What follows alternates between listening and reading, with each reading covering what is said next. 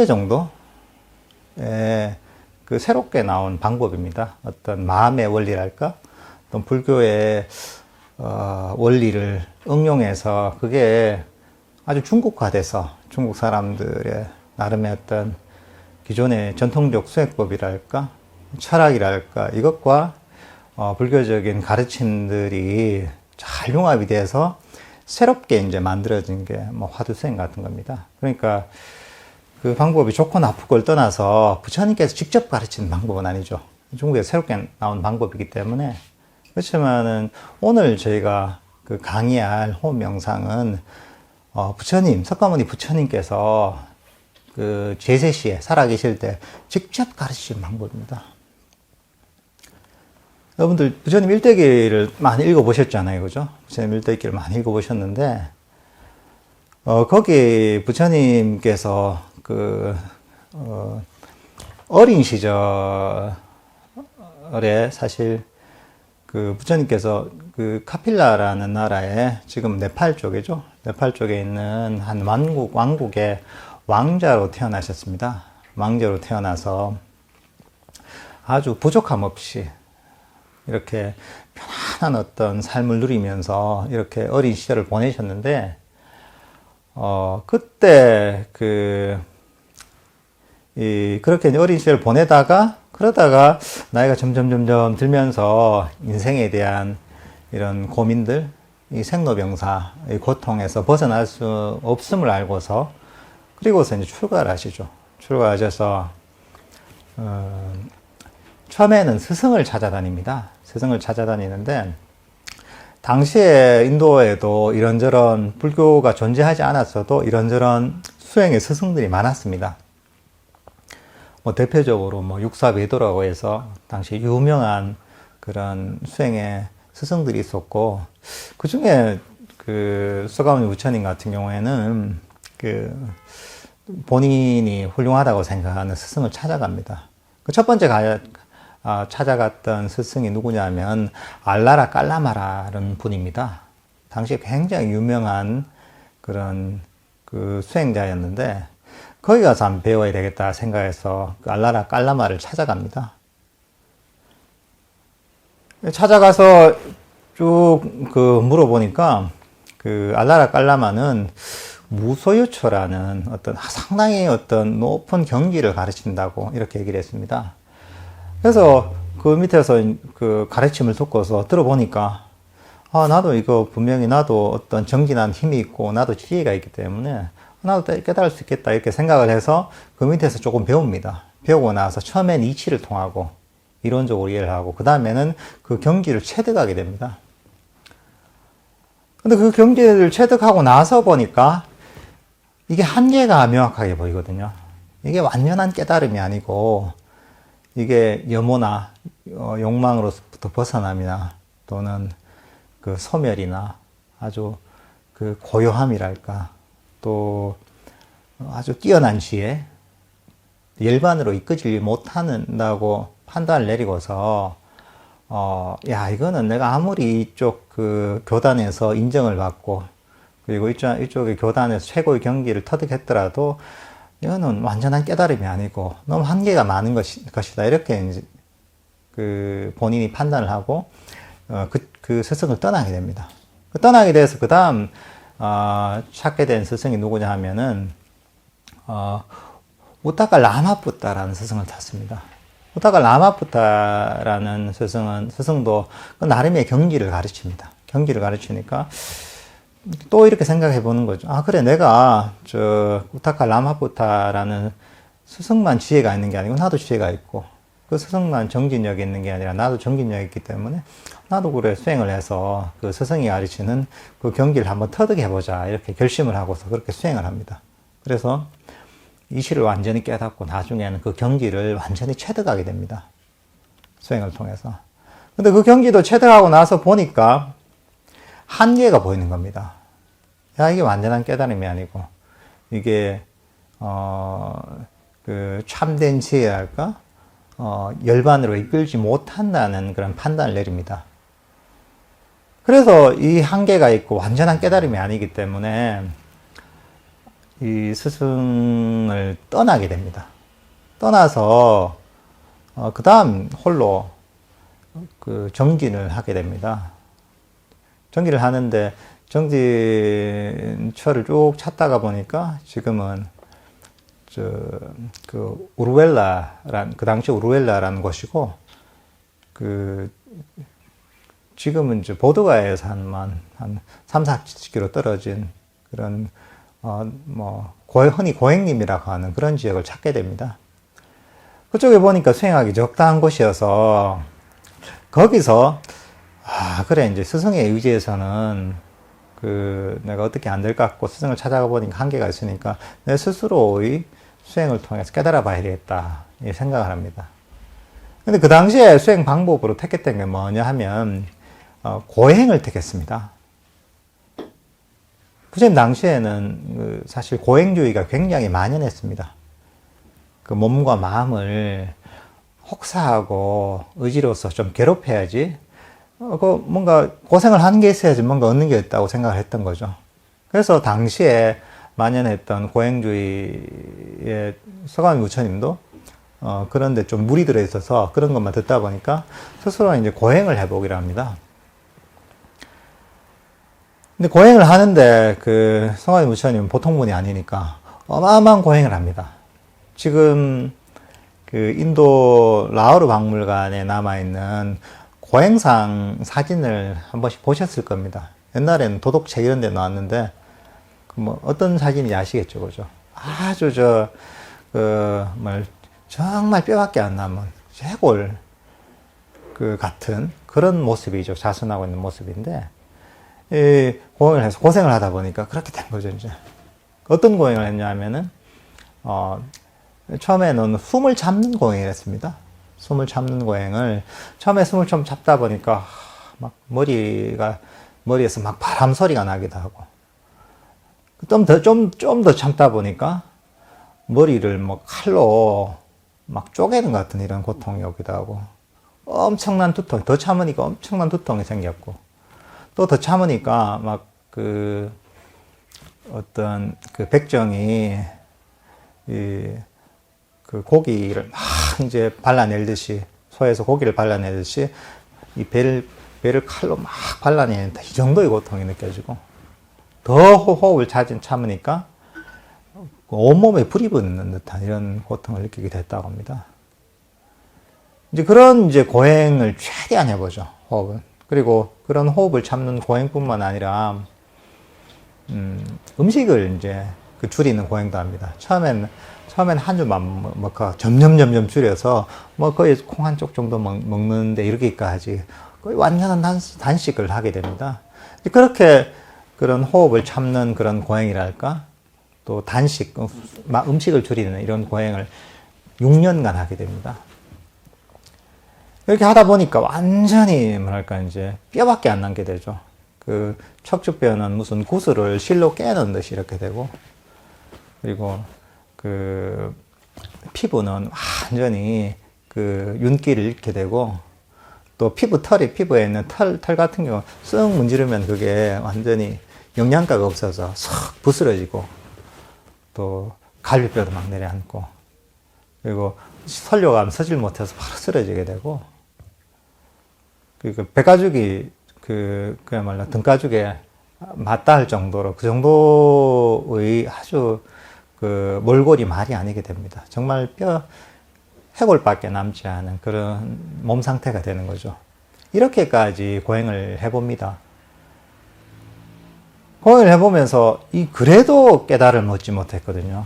그리고 뭔가 범부를 넘어선 어떤 성자에 가까운 그런 경지를 경험하지 못합니다. 근데 스스로를 싹 살펴보니까 내가 이 정도 고행이 어느 정도 고행인가를 한번 살펴보십니다. 지혜가 있는 분이니까.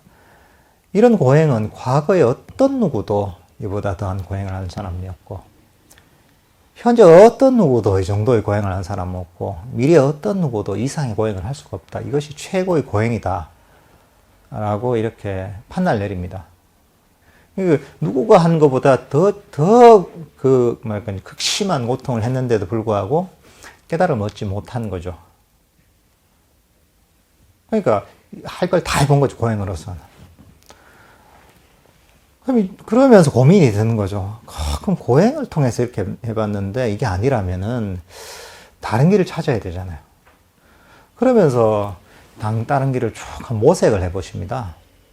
그러다가 머릿속에서 딱 떠오른 게 뭐냐면,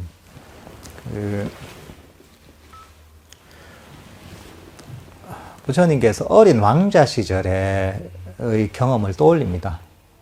어린 왕자 시절에, 서가모니 부처님이 당시에 그 나라에 농경제가 있었습니다. 농경제가 뭐냐면, 당시에는 전부 농사를 지니까, 봄철이 되면은 그쪽에서 왕이나 뭐 대신들 또는 나라의 사람들이 모여서 큰 축제를 벌였습니다.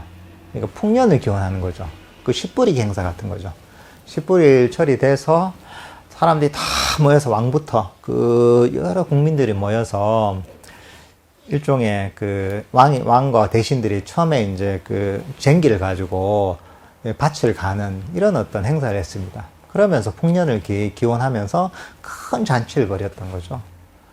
그 나라의 큰 행사였죠. 그때 서가모니 부처님 어린 왕자로서 참여를 하게 됩니다. 근데 당시 나이가 어리니까 본 행사에 참여하지 않고 사람들이 막 이제 이런저런 행사로 바쁠 때 서가모니 부처님은 그 근처에 있는 아주 그 커다란 나무 아래에 앉았습니다. 잠부나무라고 하는데 그늘을 쫙 이제 시원하게 들이운 잠부나무 아래에서 자기도 모르게 가부좌를 틀고 탁 앉아있게 됩니다. 아주 어릴 때였죠. 근데 그렇게 앉아있다 보니까 자기도 모르게 호흡을 지켜보게 됩니다. 우리 몸을 움직이지 않잖아요. 몸을 움직이지 않으면은 그때 움직이는 것은 호흡밖에 없잖아요. 우리는 변화를 알아차리거든요. 몸을 가만히 있으면서 몸이 움직이지 않으면서 변하지 않으면은 그때 움직이는 호흡이 저절로 알아차려지게 됩니다. 서가모니 부처님도 그 아주 어린 어린 애였는데 자기도 모르게 가만히 좌선하고 앉았다가 보니까 들숨과 날숨을 지켜보게 됩니다. 그러면서 그 들숨과 날숨을 지켜보면서 점점 들숨과 날숨에 빠져들면서 어느 순간에 5가지 강강영력 아니비설신에서 완전히 벗어나서 아주 깊은 산매 상태로 들게 됩니다. 아주 평화롭고 아주 행복한 그런 아주 법열이 충만한 그런 깊은 산매에 들게 됩니다. 그때 그게 뭔지 몰랐죠. 거기에 깊이 들어갔다가 나오게 됩니다. 그게 초산장에 들었다고 이렇게 얘기합니다. 경전에 보면은. 근데 그 어린 그 애였으니까 뭔지 몰랐겠죠. 그죠? 아주 평화롭고 아주 행복하고 다른 모든 어떤 그 감각적 욕망이랄까 또는 악이랄까 이런 데서 완전히 벗어난 그런 지극히 행복한 상태에 들었던 거죠. 지복의 상태에 들었던 거죠. 그러고 나서 이제 어린 시절에 뭐 모르니까 세월이 지난 거죠.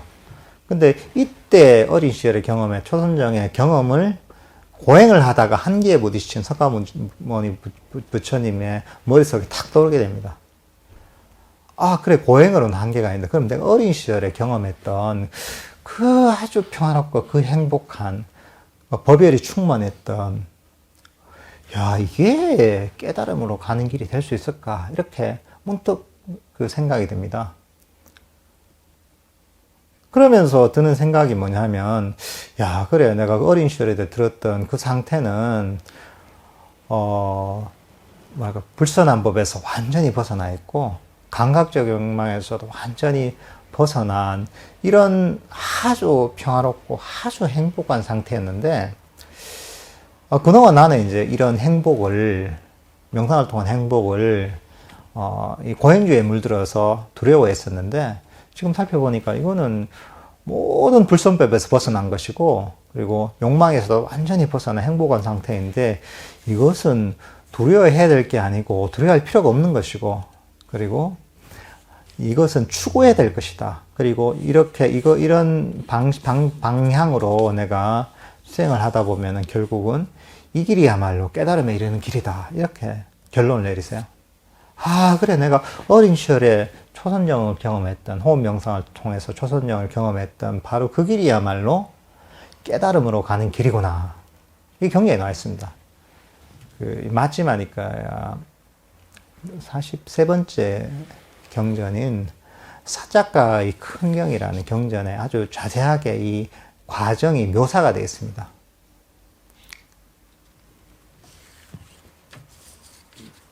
어떻게 보면 이렇게 돼서 그 부처님께서는 아 그래 내가 어린 시절에 내가 경험했던 그 방향으로 그렇게 수행하면 되겠구나 하고서 자기 몸 상태를 봅니다. 아 지금은 너무 몸이 쇠약해진 상태다. 이 상태로 내가 어린 시절에 경험했던 그런 경지를 경험하는 것은 힘들다. 그 몸을 회복하자 이렇게 하죠. 그러면서 이 탁발을 통해서 좋은 음식을 받아 먹습니다. 뭐 흔히 수자타가 유미직을 공양했다잖아요. 그런 좀 영양가 있는 제대로 된 음식을 이제 먹기 시작합니다. 그리고서 몸을 회복하십니다. 그러고 나니까 당시에 그 부처님을 따라다니면서 너무 수행을 열심히 하고 고행을 열심히 하니까 따르던 5명의 수행자가 있었습니다.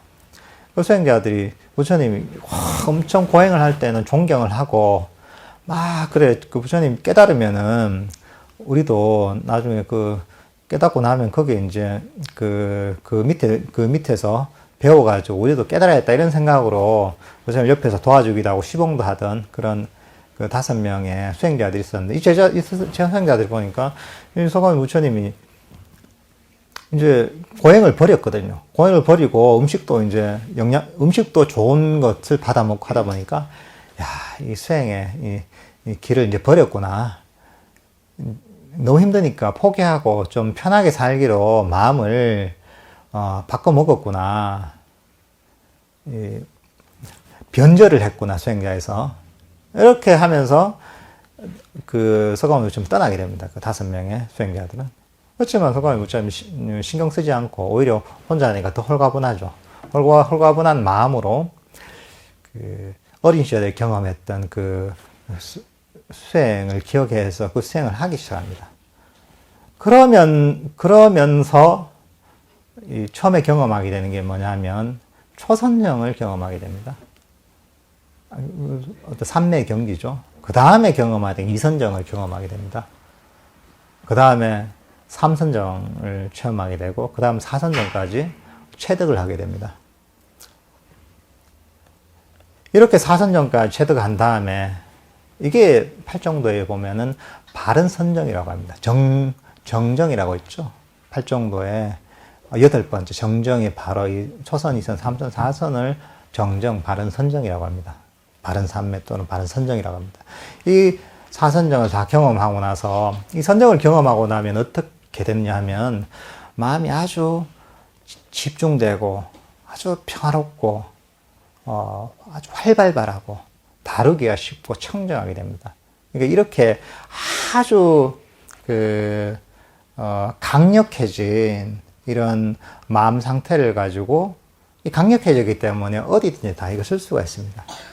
그래서 처음에 이 강력해진 선정을 통해서 강력해진 마음으로 뭐를 개발했냐면 숙명통을 개발합니다. 숙명통이 뭐냐면 자기 자신의 전생을 아는 시제입니다. 한 생, 두 생 전에 내가 뭐였고 이름이 뭐였고 또는 뭐 어디에 태어났고 내가 어느 가족 이런 것들을 다 기억하는 숙명통. 이것 한 생, 두 생에서 수많은 생 동안에 그 전생을 기억하는 그 숙명통이라는 신통을 개발합니다. 그 다음에 개발된 신통이 뭐냐 하면 이렇게 아주 강력해진 마음을 가지고 천안통을 개발합니다.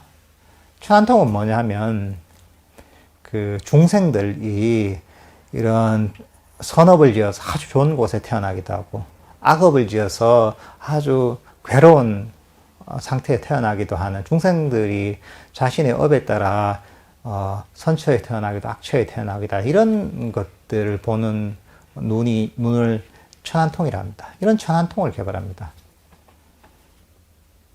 신통이죠. 그 다음 아주 강력해진 선정을 통해서 강력해진 마음을 가지고 자신의 번뇌의 소멸을 돌립니다.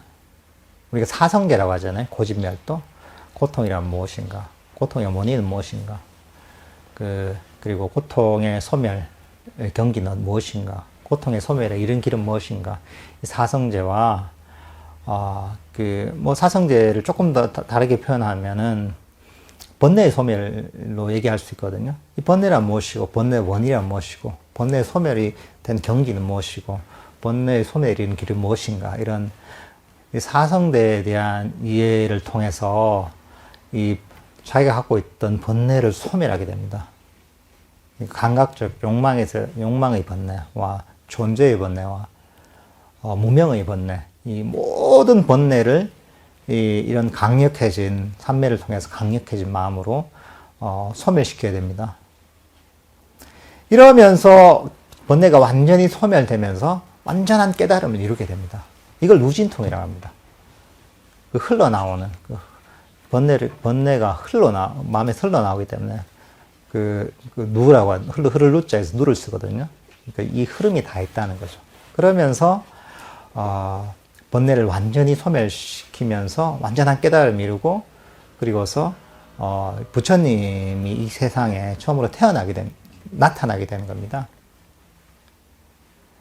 그리고 나서 이런 완전한 깨달음을 이 세상에 전파하시면서 불교라는 종교가 생기게 되는 겁니다. 아까도 얘기했지만은 이 부처님께서 고행을 통해서 한계에 부딪혀서 길을 찾고자 할 때 활로를 여셨던, 깨달음의 활로를 여셨던 계기가 바로 어린 시절에 경험했던 호흡 명상을 통했던 초선정입니다. 그러니까 호흡 명상 자체가 석가모니 부처님을 잊게 했다고 저는 과언이 아닙니다. 대단한 방법이죠, 그죠? 여러분들이 그걸 여러분들. 그러니까 우리나라에 약간 인식이 잘못되어 있는 게 있습니다. 호흡관, 그거는 딴 화두 들기 전에 기초적으로 좀 마음을 좀 가다듬게 한다, 이렇게 얘기를 하는 경우가 많습니다, 사실. 잘 모르면. 근데 그거는 호흡 명상에 대한 이해가 없어서 그렇습니다. 단순히 그런 차원의 방법이 아니라 바로 석가모니 부처님을 이 세상에 탄생하게 만들었던 처음으로 깨달은 일을, 역사적으로 존재하는 처음으로 깨달은 일을 바로 출현하게 만든 그런 수행법이 바로 이 호흡 명상법, 아나빠나사티입니다. 그러니까 이런 어떤 훌륭한 방법입니다. 여러 가지 방법이 있지만은, 이게 더 중요하게 여기시는 게 바로 석가모니 부처님의 깨달음과 직접적으로 관련이 있기 때문에 그렇습니다.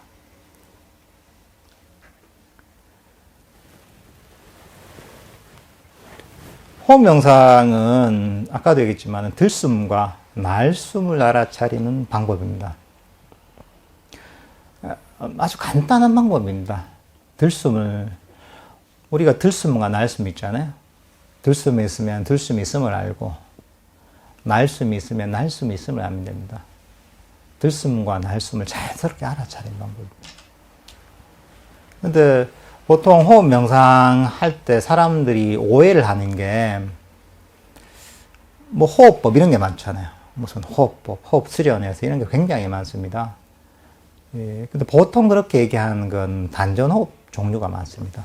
요가에서도 호흡을 가지고, 수련을 하는 경우 많고, 단전호흡, 선도, 기공 이런 데서도 호흡을 이용 많이 합니다. 근데 그런 방법하고 불교의 호흡 명상은 완전히 다릅니다. 보통 단전호흡이나 또는 그런 거와 관련된 요가 호흡이나 선도에서 한 호흡이나 이런 방법들은 호흡을 기본적으로 통제를 합니다. 호흡을 정상적인 호흡을 천천히 쉬게 만드는, 보통 그런 게 많습니다.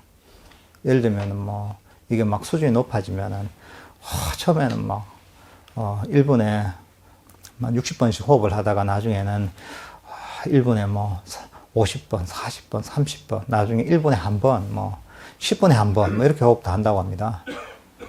근데 그렇게 호흡을 아주 자연스럽게 조금 길게 만들면서 또는 지식을 하기도 합니다. 호흡을 멈추는. 이런 방법을 통해서 보통은 목적이 몸의 에너지를 개발하는 겁니다. 그래서 뭐 단전호흡이나 이런 쪽에서는 뭐 상단전, 중단전, 하단전 이렇게 얘기하죠. 뭐 단전 쪽을 해서 이 몸의 에너지를 개발하고 이 기를 돌리는 거죠. 또는 요가나 이런 쪽에서는 뭐 차크라 얘기를 하잖아요. 무슨 차크라 해서 이 차크라를 개발하는 쪽에 호흡을 이용하기도 합니다. 뭐 단전호흡이나 뭐 그런 요가나 기본적으로 비슷합니다. 몸의 에너지를 개발하는 겁니다. 몸의 에너지를 개발해서 기가 나중에 돌아가죠. 돌아가면서 이제 이 몸의 그런 기운의 통로를 뚫어가지고 막 돌리게 되죠. 나중에 확 돌아가는 거죠. 그렇게 되면 그게 그 수행의 발전이 있다 이렇게 보는 거거든요. 이런 방법들은 몸의 에너지를 개발하기 위해서 호흡을 조절을 하는 겁니다. 조절을 하고 통제를 합니다. 근데 불교 호흡 명상은 그하고 완전히 다릅니다. 불교의 명상법은 기본적으로 몸의 에너지를 개발하는데 아무 관심이 없습니다. 그래서 사실 이 불교 수행을 해서 단전에 막 뜨뜻하게 막 에너지가 막 쌓이고 막 이게 막 돌아간다 이러잖아요. 그러면 불교 명상하고 거리가 멉니다, 이거는. 근데 불교에 이런 게 제법 많이 들어와 있습니다. 근데 사실은 이거는 전혀 불교적인 방법이 아닙니다. 불교 명상은 오직 탐진치 소멸에 관련해 있습니다. 그러니까 탐진치를 제가 설명을 했잖아요. 쉽게 얘기하자면 원하는 마음이랄 또는 불만족, 싫어하는 마음 이런 것들을 제거하는데 마음의 장애를 제거하는데 관심이 있지 몸을 개발하는데 사실 관심이 없습니다. 몸이 좀 바뀌기도 하겠죠. 뭐 그렇지만 초점은 전혀 뭐 몸에 관심이 없습니다. 항상 마음에 관심입니다. 현재 일어나는 내 마음의 탐진치 5가지 장애를 버리는데 관심이 있습니다. 그리고 호흡을 할 때 호흡 명상의 대상이 된 호흡은 어떤 호흡이냐 하면은 자연호흡입니다. 자연호흡이 뭐냐? 지금 하고 있는 게 자연호흡입니다. 보통 다른 수련법, 호흡, 뭐 수련을 하는 곳에서는 단전호흡이 됐든 요가 호흡이 됐든 호흡법을 익히는 게 굉장히 힘듭니다. 굉장히 많은 시간이 걸리고 복잡해서 익히기가 굉장히 힘듭니다, 이게. 근데 부처님께서는 참 감사하게도 그런 호흡 명상을 안 가르쳤습니다. 그리고 평소에 하는 이 호흡, 이걸 대상으로 합니다. 그러니까 여러분들 호흡 명상을 할 때 대상으로 하는 호흡은 여러분들이 완벽하게 하고 있습니다. 지금 호흡을 더 배울 필요가 없습니다. 이건 100점, 완전 100점입니다. 100% 완벽하게 하고 있기 때문에 더 이상 배울 필요가 없습니다. 다른 거 하는 것보다 얼마나 좋아요. 배울 필요도 없고 완벽하게 하고 있으니까. 그리고 이런 호흡은 호흡이 거칠거나 또는 호흡이 길거나 짧거나 아무 관계가 없습니다. 야, 나는 뭐 천식이 서서 호흡 숨 쉬는 게 조금 뭐랄까 이제 좀 불규칙하고 조금 가쁜 숨을 쉰다. 그렇게 해도 전혀 관계가 없습니다. 이게 호흡이 길든 짧든 거칠든 부드럽든 아무런 관계 없습니다. 내가 코가 막혀가지고 숨쉬기 힘들다. 그래도 관계 없습니다. 살아있잖아요. 여러분들 살아있으면은 호흡은 완벽한 겁니다. 그러니까 여러분들 일단 호흡은 완벽하게 지금 다 익힌 겁니다. 얼마나 마음이 편안합니까? 그죠? 그런 자연 호흡을 대상으로 합니다. 그런 자연 호흡을 알아차리는 겁니다. 우리 마음이, 저 앞에서 얘기했지만은 항상 움직입니다. 마음이. 뭔가 원하는 걸 쫓아갔다가, 불만족스러우면 일로 도망갔다가 왔다 갔다 움직입니다. 이 생각했다가, 저 생각했다가, 또는, 이런 계획이 있으면 이 미래를 쫓아갔다가, 또는 내가 뭔가 후회되는 거 있으면 과거로 쫓아갔다가 왔다 갔다 합니다. 이제 11월 14일이 수능이죠. 수능생을 둔 학부모님들 같은 경우에는, 애가 막 14일 시험을 잘 치겠나 이런 게 머릿속에 계속 있을 겁니다. 그렇게 미래로 쫓아가는 거죠. 왔다 갔다 하는 거죠. 우리 마음이 끊임없이 흔들립니다. 망망대해에서 파도에 흔들리는 그런 배처럼 끊임없이 철렁철렁철렁 마음이 움직입니다. 이제 그러니까 그렇게 했으니까 마음이 불안하고 마음이 쉬지를 못합니다. 끊임없이 움직이니까.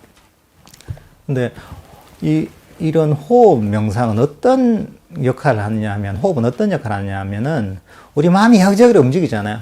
움직이는데 뭔가 우리가 잡을 거리가 없으면은 호흡이 계속 움직이게 됩니다. 근데 호흡이라는 대상이 있잖아요. 호흡이 대상이 있으면은 이거를 대상으로 해서 그래 나는 이 호흡이라는 것을 일종의 닻으로 삼는 거죠. 닻으로 삼면서 호흡 속에 탁 닻을 내리는 거죠. 그러면서 그 자리에 탁 멈추게 되는 겁니다. 여기저기로 흔들리는 우리 마음이 호흡을 통해서 이 자리에 멈추기 위해서 저희가 호흡 명상을 하는 겁니다. 수단입니다. 이게. 마음이 이 자리에 멈추기 위해.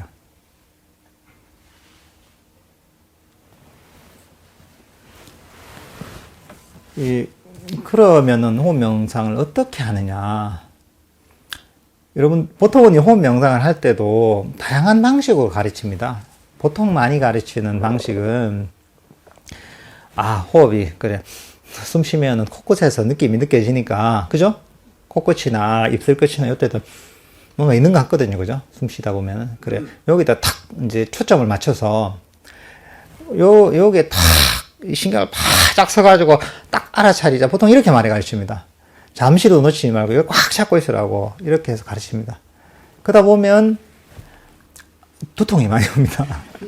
약간 눈이 몰리는 경우도 있어요. 약간 사시처럼 막 신경을 쓰다 보면 자기도 모르게 눈이 몰리는 경우가 있어요. 쫙 보려고 하니까 이렇게. 때로는 이게 너무 막 잡으려고 하다 보면 두통이 오기도 합니다. 그런 식으로 가르치는 경우가 많습니다. 근데 사실 그런 방법은 그렇게 좋은 방법은 아닙니다. 왜냐하면 저희가 아나파나사티 할 때 이건 의미는 들숨과 날숨을 알아차린다는 의미거든요. 아나파나사티 호흡 명상의 의미가 들숨과 날숨을 알아차린다는 이런 의미인데 코 쪽에다 딱 신경을 쓰면 이거는 들숨과 날숨을 알아차리지만 들숨과 날숨 플러스 코끝 알아차림이거든요. 아주 순수한 게 아닙니다. 위치에 대한 그런 인식이 있기 때문에 들숨과 날숨 플러스 코끝이 더해지는 겁니다. 불순물이 더해지는 것이죠. 또는 배를 가지고 알아차리는 거, 배가 들어왔다 나왔다 이런 방법이 있습니다. 그것도 좋은 방법일 수 있지만 그렇지만은 호흡 명상 입장에서 볼 때는 들숨과 날숨 플러스 배의 느낌을 알아차리는 게 더해집니다. 순수한 호흡 명상이 안 됩니다. 우리가 금이 있으면은 24K가 있고 18K가 있고 14K가 있잖아요. 이 14K 정도 되는 거예요. 근데 24K짜리를 해야죠, 그죠, 여러분들이. 그러면 어떻게 하느냐, 위치를 지정하지 않고 어떻게 하느냐, 여러분들이 한 호흡을 볼 때, 호흡을 들이쉬잖아요? 들이쉬다는 걸 알 수 있죠? 그죠? 한 호흡만 보십시오, 자기 한 호흡. 내쉰다고 할 때, 내쉰다는 걸 알 수 있죠? 그죠? 위치를 생각하지 않아도. 들어갔구나, 나갔구나. 그죠? 여러 호흡을 한다고 생각하지 말고 딱 한 호흡만 볼 때 자기 호흡을 한번 보십시오. 위치를 지정하지 않고 가만히 앉아서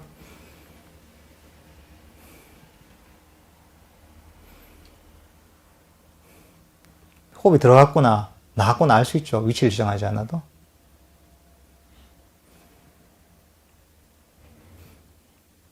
그러니까 물론 위치가 인식이 될 수도 있겠죠. 그렇지만은 신경을 안 쓰면 됩니다. 이제. 신경을 안 쓰면은 나중에 위치에 대한 인식이 사라집니다. 근데 그 호흡 꼬꾸질 봐야지 이렇게 탁 하면은 이게 위치에 대한 인식이 됩니다. 그리고 그 꼬꾸질 탁 보면서 이걸 잡으려고 하잖아요. 그러면은 힘이 들고 긴장이 많이 됩니다. 그 이유가 뭐냐면 이거하고 똑같습니다. 이게 호흡이 있으면 우리 처음에 그 저희가 명상에 대해 설명할 때 이 물잔의 비유를 했지 않습니까? 이 코끝에 탁 또 호흡을 안 넣으려고 하는 건 뭐냐면 이거 계속 들고 있는 겁니다. 계속 이제 안 넣으려고 계속 들고 있는 겁니다. 처음엔 좀 해도 괜찮죠. 근데 이렇게 들고 있는 시간이 길어지잖아. 지금 벌써 무겁네. 물이 많이 들어있어요. 힘이 좋은 분은 좀 오래 있겠죠, 그죠? 헬스도 하고 이런 분들은 좀 이제 오래 있어도 괜찮겠지만, 그래도 이게 10분이 지나고 20분이 지나고 30분이 지나고 1시간이 지나고 2시간이, 10시간이 지나잖아요? 그럼 어떻겠습니까? 팔이 엄청 아프겠죠? 똑같습니다. 이 호흡을 하나의 위치에 정해서 이걸 탁 잡으려고 하잖아요? 이러면 이 물컵을 계속 들고 있는 것 같습니다. 힘이 듭니다. 힘이 들고 긴장이 되고. 근데 명상을 우리 밖에 일도 힘들잖아요, 그죠? 여러분 직장 다니시고 그것도 힘들고 집안에서도 스트레스 받는 일도 많고, 그죠? 뭐 이런저런 뭐 사회생활 하면서도 힘들고 하다못해 요즘은 초등학교 다녀도 힘들다 하더라고요. 내가 한 초등학교 1학년인가 그 애하고 한번 얘기를 해보니까 인생이 너무 힘들더라고요. 인생이, 저는 어릴 때 그냥 학교 왔다 가는 것도 힘들었는데 하루에 4시간 수업하는 것도 힘들었는데 시골에서. 그것도 학교 가기 싫어서 그냥 요즘 애들은 그거 갔다 와서 바로 무슨 뭐 수학학원에 갔다가 미술학원에 갔다가 수영하다가 뭐 집에 오니까 7시, 8시 된다 하더라고요, 저녁. 보통 초등학교 1학년에. 근데 그 보통 친구들이 다 그렇게 산다 하대요. 그러니까 사실 요즘은 성인뿐만 아니라 초등학생, 유치원생도 사실 인생이 힘듭니다. 그죠? 인생이 힘든데, 같은 애 힘든데, 또 이렇게 계속 들고 있으면 더 힘들잖아요. 인생이 힘든데, 또 힘든 게 더 하나가 생기는 거죠. 왜 말라 그럽니까, 이게. 그냥 힘든데 그걸로 충분하지. 명상을 또 하나의 짐으로 만들면 안 되거든요. 오히려 내가 짊어지고 있던 짐을 내려놓는, 그러면서 내가 휴식할 수 있는 이런 방향으로 사실은 명상을 해야 됩니다. 이게 사실 부처님께서 가르친 방법입니다. 그러니까 꽉 잡으려고 하는 거, 제가 이걸 계속 들고 있는 거하고 똑같습니다, 이게. 근데 그게 아니라 저희는 호흡과 함께 편안하게 휴식한다고 생각이 됩니다. 그럼 어떻게 하느냐? 여러분 창밖을 보잖아요. 지금 바다가 안 보이는데 풍광이 좋은데 아름다운데 창밖을 쫙 본다 치면 이쪽은 좀 보이나요? 창밖을 보잖아요. 일남이 5, 6도가 보이는데 쭉 보다 보면 가만히 편안하게 앉아 창밖을 보고 있죠. 앞에 그럼 나무가 있다. 나무가 있으면 나무를 편안하게 보는 겁니다. 소나무가 있으면 저 소나무가 보이거든요. 가만히 앉아서 보면 소나무는 보이죠, 그죠? 편안하게 앉아도. 여러분들이 소나무를 봐야지, 잡아야지 하지 않아도 소나무는 보인단 말이죠. 앞에 바다가 있는데 바다가 있을 때 편안하게 보면 잘 보이죠. 바다가 예쁘구나 이렇게 되는 거죠. 햇빛이 반사돼서 참 물빛이 참 멋지구나 이렇게 보는 거죠. 그럴 때 여러분들이 막 봐야지, 잡아야지 이러지 않잖아요. 그리고 그렇게 볼 때 힘이 드나요? 힘이 안 들죠. 힘이 안 들고 오히려 내가 힘들었던 그런 여러 가지 마음의 짐들이 내려놔지죠. 힐링이 되잖아요. 호흡 명상 이런 마음으로 해야 됩니다. 가만히 편안히 앉아서 창밖의 아름다운 풍경을 지켜보듯이 그런 느낌으로 호흡 명상을 해야 됩니다. 릴렉스하고 편안하게 하고 호흡이 많아 이렇게 보는 겁니다. 가만히 있는 겁니다. 호흡은 내가 억지로 보려고 하지 않아도 보입니다. 창밖의 풍경이 내가 가만히 시선만 돌리고 있으면 억지로 보려고 하지 않아도 보이잖아요. 시선만 돌리고 있으면. 똑같습니다, 이거는. 뭐냐면 우리는 변화를 알아차립니다. 가만히 앉아있을 때 변화하는 것은 가장 두드러진 변화는 호흡입니다. 그러니까 호흡으로 시선만 돌리면 되는 거죠. 근데 시선을 안 돌리면 안 되죠. 저희가 저쪽에 저 창밖에 소나무를 보려고 하면 이쪽으로 보면 안 보이잖아요. 다른 데 주의력을 돌리면 안 돼. 시선만 탁 돌리고서 편안하게 있으면 호흡이 많아. 주의만 살짝 돌리고서 가만히 있으면 호흡은 보이게 됩니다. 호흡이 들어왔다. 들숨, 날숨 저절로 알게 됩니다. 이렇게 그러면 어떻습니까? 긴장이 되겠습니까? 그죠? 긴장이 안 되죠. 편안하게 앉아서 창밖의 풍경을 지켜보는데 무슨 그게 긴장이 됩니까? 호흡도 마찬가지입니다. 전혀 긴장이 안 되죠. 근데 보통은 처음 호흡 명상을 시작할 때 사람들이 힘들어합니다. 대부분 사람들이 너무 간단한 방법인데 들숨과 날숨을 알아차리는 것, 이게 너무나 간단한 방법인데 굉장히 힘들어합니다. 평소에는 호흡을 잘하고 있는 사람들이 호흡 명상만 시작하면은 굉장히 힘들어합니다. 말이 안 되잖아요. 이해가 안 되는 거죠. 근데 왜 그러냐? 호흡을 억지로 잡으려고 했습니다.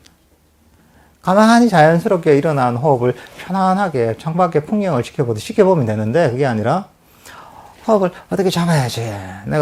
호흡을 내가 원하는 대로 이것을 부드럽게 만들어야지. 너무 호흡이 짧으면 길게 만들어야지. 이렇게 한단 말이죠. 그러니까 평소에 일어난 자연스러운 호흡은 전혀 힘들지 않은데 이것을 억지로 조절하려고 하니까, 억지로 잡으려고 하니까 그게 힘이 들고 긴장이 되는 겁니다. 마음을 편안하게 놔야 됩니다, 명상할 때는. 그래서 명상을 할 때 제일 기본이 뭐냐면 릴렉스 하는 겁니다. 릴렉스하고 마음을 편안하게, 몸과 마음을 릴렉스 하는 겁니다. 창밖의 풍경을 편안하게 지켜보려면 릴렉스 해야 되죠. 그런 마음을 가지면 됩니다. 릴렉스 하고서 호흡이 많아. 이러면 됩니다. 그렇게 하면은 아주 편안한 마음으로 들숨과 날숨을 순수하게 알아차릴 수 있습니다. 그렇게 들숨과 날숨을 편안하게 알아차리다 보면 들숨과 날숨과 함께 내 마음이 점점 이 자리에 멈추기 시작합니다. 그리고 마음이 이 자리에 점점 멈추잖아요. 그러면은 저번에도 설명했지만 우리 마음은 그대로 이 자리에 깨어있으면서 멈추게 되면은 그때부터 정적 에너지가 충전이 됩니다. 근데 충전이 될 수밖에 없겠죠. 막 왔다 갔다 하던 마음이 이 자리에 딱 멈춰서 쉬니까 충전이 되는 거죠. 정적 에너지가 충전이 되고, 정적 에너지가 충전이 되면은 우리 마음이 깨어나고 밝아집니다. 굉장히 깨어나고 밝아집니다. 흔히 사띠가 강해지죠. 흔히 마음 챙김이라고 합니다. 이게 강해집니다. 마음이 이 자리에 멈춰서 정적 에너지 충전이 됐을 때 사띠가 강해지고 우리가 굉장히 깨어납니다. 그러면은 깨어나면은 더 잘 알아차리게 됩니다. 깨어났으니까 마음이 다 깨어나고 다 하니까 더 들숨과 날숨을 쉽게 알아차리게 됩니다. 그리고 그런 과정에서 마음이 점점 몰입이 되고 그리고 거기서 어떤 평화와 행복이 생깁니다. 평화롭고 행복하기 때문에 좋은 것이잖아요. 끌리는 것이잖아요. 그러면은 더 그 상태에 머물고 싶어 합니다. 그러면은 머물고 싶어 하기 때문에 내가 주의력이 딴 데 안 뺏기죠. 이게 아주 좋은 상태니까, 아주 평화롭고 행복하기 때문에 이 자리에 계속 있고 싶어 합니다. 그러면서 점점 깊이 빠져들게 됩니다. 억지로 가져오는 이게 아니라 평화롭게 이 자리에 가만히 이제 호흡과 함께 멈추면서, 그러면서 이 자연스럽게 호흡과 휴식하면서 이 상태가 점점 행복해지는 상태가 되기 때문에 호흡 명상에 깊이 빠져들게 됩니다. 그걸 통해서 삼매가 개발되는 겁니다. 아주 자연스러운 과정인 거죠. 여러분들 생각해 보십시오. 당시에 석가모니 부처님 어린 시절이 아마 뭐 정확하게 모르겠지만 한 5살 정도 됐겠죠. 그 꼬마도 사실 하는 겁니다. 초등학생이면 그 나이가 더 많아요, 지금. 초등학생은 충분히 나이가 많기 때문에 충분히 할 수 있는 겁니다. 이게 복잡한 이론이 필요한 게 아닙니다. 단지, 편안한 마음으로 들숨과 날숨과 함께 하면 되는 겁니다. 편안하게 앉아서 창밖에 풍경을 지켜보듯이 들숨과 날숨을 알아차리면 되는 겁니다. 복잡한 게 없죠, 그죠? 뭐, 이게 무슨 지식이 많아서 할 수 있는 것도 아니고, 그렇다고, 나이가 많다고 이걸 못합니까? 다 하죠, 그죠? 나이가 어리다고 못합니까? 이거 다 할 수 있는 거잖아요.